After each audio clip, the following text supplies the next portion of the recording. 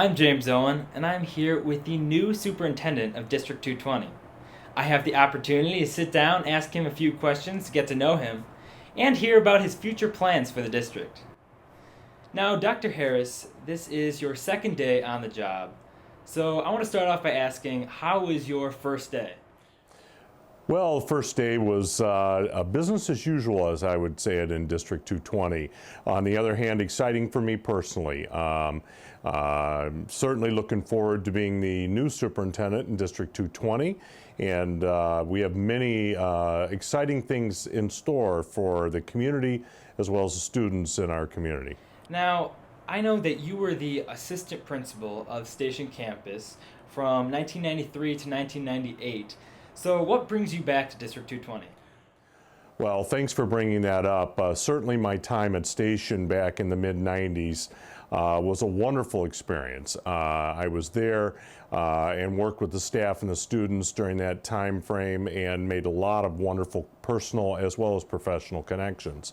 When this opportunity became available a couple months ago, I jumped at the option to be considered for the role and worked with the Board of Education, and we were able to find a common place, and here I am. So it's exciting to be back in District 220. It's been 15 years, so it's been nice to reconnect with some individuals that were here over that period of time and also meet a lot of new people in the community, and I'm looking forward to several years moving forward for the Barrington 220 School District. And now, I know that you live in St. Charles currently. I do. So do you have any plans to relocate to Barrington? Not at this time. One of the things that I shared with the board when we were having this conversation a couple months ago was when I did work at Station back in 1990s, we bought our current home and we've lived there ever since. So we've lived there for 20 years. I don't mind the commute. You know, I have my office in the iPhone that I carry around with me 24/7. I'm always connected, regardless of where I actually live. But at this point, I am going to stay in St. Charles and drive back and forth. But certainly, will be very visible in the 220 community on a regular basis, and looking forward to reconnecting with everyone. How was that commute for you? It's about a half hour, so right up Route 59. I live on the east side of town, and so once I get past the tollway, obviously that's the southern part of the district, and it's actually just fine. It's a little bit of deja vu.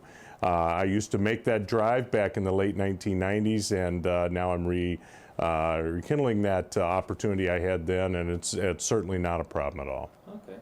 Now, you were the superintendent of Wheaton-Warrenville District 200, and what were some of your accomplishments at that district? Thank you for asking. Yes, I was there 4 years as the superintendent of schools in Wheaton-Warrenville. A couple major projects that we worked on when I was hired there. One was we completely reorganized and updated the technology infrastructure in that district. We implemented wireless connections in all 20 schools. We improved and upgraded our mainframe to be able to handle the capacity for the internet usage. We allowed students to bring their own devices. We had a bring your own device initiative that we implemented over those 2 years, and created an environment for that 21st century digital age learning for students. That was a target of the board, and as superintendent, I was excited to be able to be a part of that. We also were focused on college and career readiness for students. Wanted to make sure that all kids were prepared for that next step once they graduated from our unit district. Very similar to what happens here in 220. We want to make sure kids have opportunities to seek the career of their choice or attend the college that they choose to pursue after they graduate from that district. And Barrington has a very similar, we are part of the Digital Age Learning. And so we're starting that one-to-one technology program this year where students at the high school, for example, are getting MacBook Airs. How do you think that will impact the students' learning? Well, I think it's pretty significant.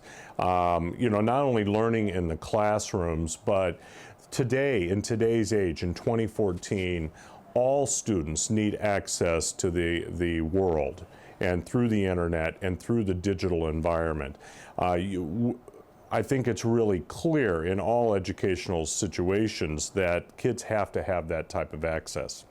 Now, how we go about doing it, that's always the question, and whatever community and school district and how they choose to go about it is the important solution. Here in District 220, one of the things that excites me as a superintendent is the One to World initiative that is in place. As you mentioned, high school students are all going to have the MacBook Airs coming up this school year, and I know the staff is also excited about changing some of their instructional methods, and that's going to be a real important piece as we implement it not only at the high school level but also at the middle school level, and then in the next few years at the elementary level as well. Now, as far as accomplishments go for this district, what would you say are your top 1 or 2 priorities for this upcoming school year? Well, first and foremost, it's student learning. As I just mentioned, one of the things we have to keep on the forefront is to make sure that students are achieving at a high level, wherever their interests might lie. Regardless of the tools, for instance, the technology or textbooks or whatever the scenarios may be, we have to keep focused on the improvement and the high expectations for student learning. It's very, very important.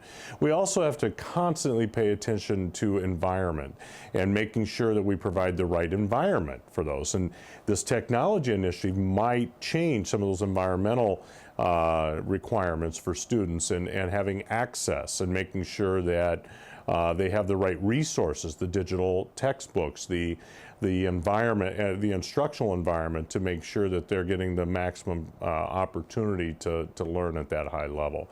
I think one other key important thing that we're going to be paying attention to over the next couple years is providing innovative opportunities for kids. The traditional sit in the classroom environment will slowly move away over the next several years. This tool that we're going to be providing for kids in District 220 is going to help drive that. And we have to become a more mobile classroom, as well as the society has evolved to be becoming more mobile. Are you excited about this new program? Absolutely. I think you can tell by some of my responses there. I think we don't know what we don't know at this point, and this is going to be a journey. It's not a sprint to the finish line, just handing kids devices. It's going to be a long-term process. As with the workplace, with people in the community, the traditional office setting and the traditional go to the work is changed. And I think we have to continue on that journey with our instructional environments in our classrooms across our community as well, and that's where we're headed and what we're trying to do. But again, I want to, not only for the students, but also for the staff and the parents and the community, that this is a journey. There's not some targeted destination. It's going to be an ongoing process as we move along over the next several years. Now, the Barrington School District has a very good reputation scholastically, athletically, and with community involvement. So how do you plan on improving or maintaining that reputation? Well, certainly those community values are very, very important. As you mentioned, not only the athletic, but also the fine arts. Expectations. We have excellent band, orchestra, and choirs and theater productions as well. Our athletic teams and our community programming enhance that. That's a community value. That's very, very important. As superintendent, I need to continue to make sure that we have budget allocations and the staffing requirements and the programs to continue to allow students to perform at that level that this community expects, and provide opportunities for kids. And our staff, I know, continues to be excited about that. This is a destination district for staff. They want to be here, very similar to what I just explained as like myself, to provide these unique opportunities for kids and meet those community expectations. And this achievement has been under the leadership of Dr. Leonard. So has he given you any pointers, and do you think it will be difficult to fill his shoes? Well, Dr. Leonard and I have been good friends for a long period of time. Superintendents do network, and so therefore I'm certainly very aware of the success that Dr. Leonard had here, not only as the superintendent over the last several years, but also as the principal of Barrington High School. His legacy is certainly clear, and one of the reasons why I was attracted to becoming the superintendent in 220 was that I knew things were in a very good place, and this opportunity would be basically to take where things are at, where he left it as the district leader, and take it to the next level and look for those opportunities that are available to us to continue that high level of student achievement and meet those community expectations for public education in District 220. How are you different from Dr. Leonard? That's a great question. Dr. Leonard, had spent a majority of his professional career as a high school educator. Taught high school English, I believe, and or high school math. I'm not sure. I'm not quite sure on that. Anyway, he was a high school teacher. Let's put it that way. And then he was a department chair, assistant principal, a high school principal. I had a little different path. I did teach high school for several years as a high school social studies teacher, government, U.S. history. But then I spent a majority of my career at the middle school level. Working with kids, teaching in social studies classroom, as well as I said earlier, assistant principal at Station here in Barrington. I was a middle school principal for several years and had a little different path. I also was assistant superintendent for curriculum and human resources, so had a little different background. And I think that does impact some of those leadership skills that as we move forward. And my experiences maybe as a unit district here, a little more global from that standpoint. So I think that might, serve me well as a superintendent here in a pre-K-12 unit district in District 220. In terms of the teachers, do you have any thoughts on the new teachers' contract extension? Well, as the community and I'm sure the students are aware that teacher salaries are our number one expense. And their compensation. Nearly 75 to 80% of the school district budget is on compensation for teachers. So whenever you have a prediction of your number one expense in any organization, including a school district, for the next several years, which we do now, and I certainly give a big congratulations not only to the Teachers Association, but also to the Board of Education for finding a solution that's going to put District 220 in a good place for many years to come.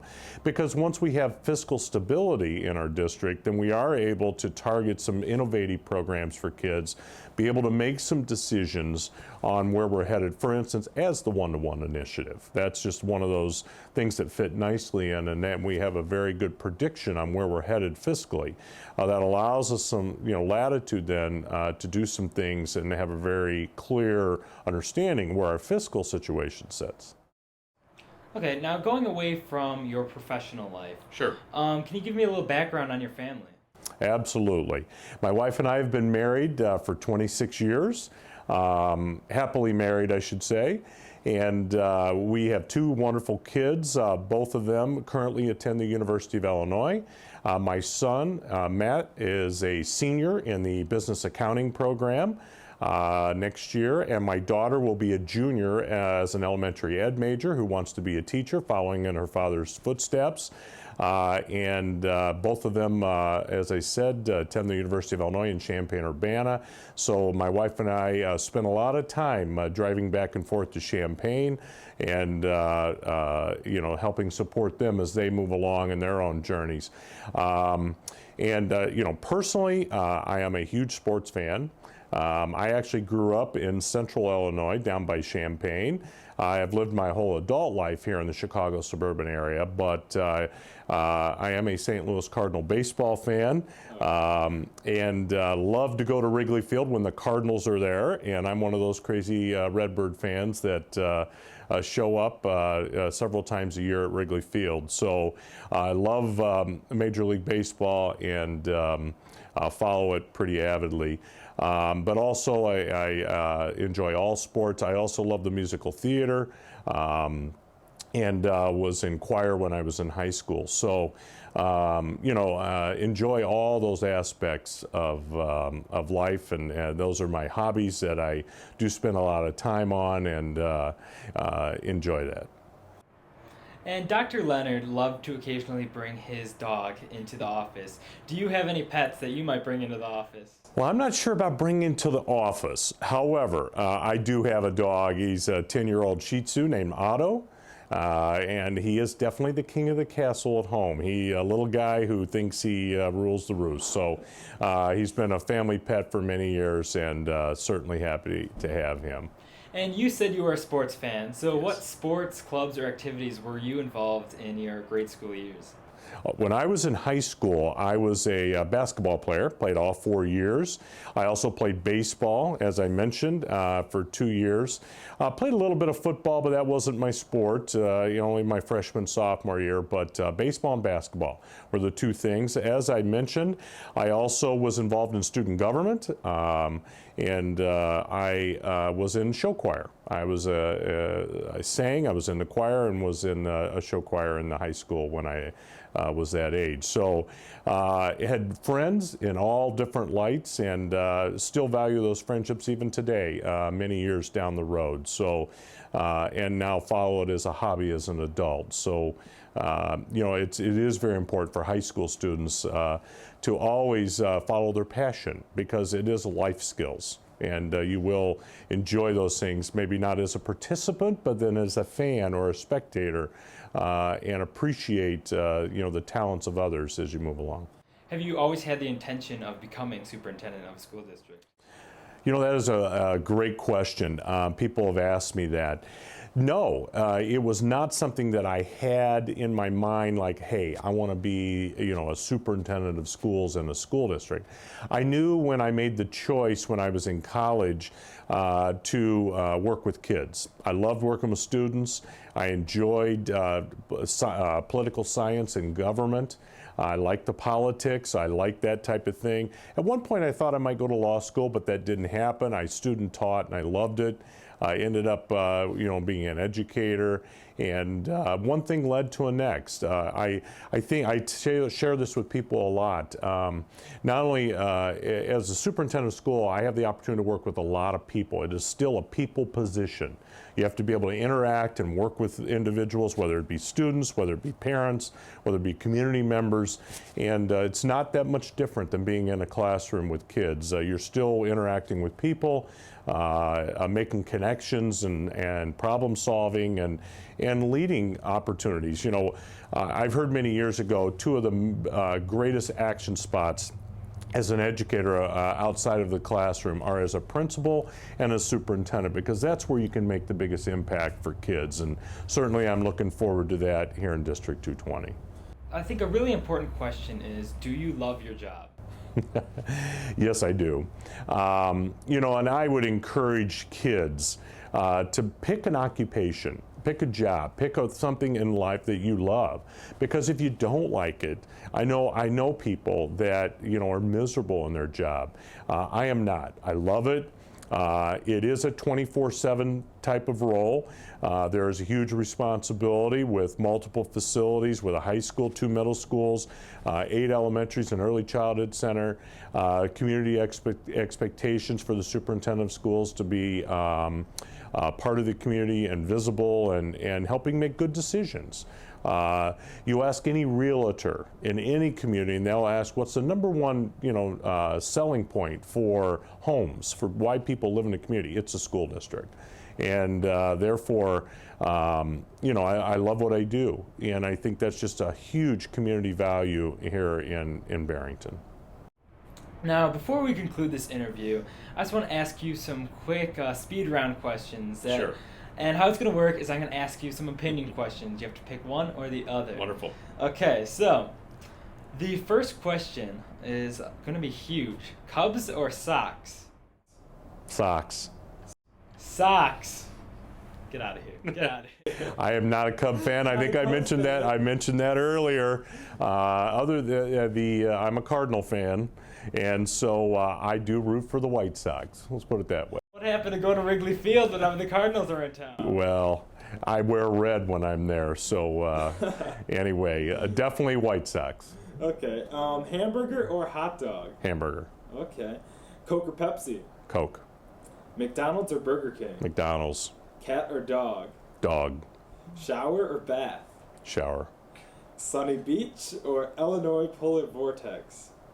Sunny Beach. Okay. And last but not least, the Wheaton Falcons or the Barrington Broncos? Barrington Broncos. That's right. Okay. Go Red. Well, I want to thank you very much for your time. I hope I helped make your second day as superintendent a good one. And welcome to the district. Thank you, and I appreciate the opportunity. Thank you.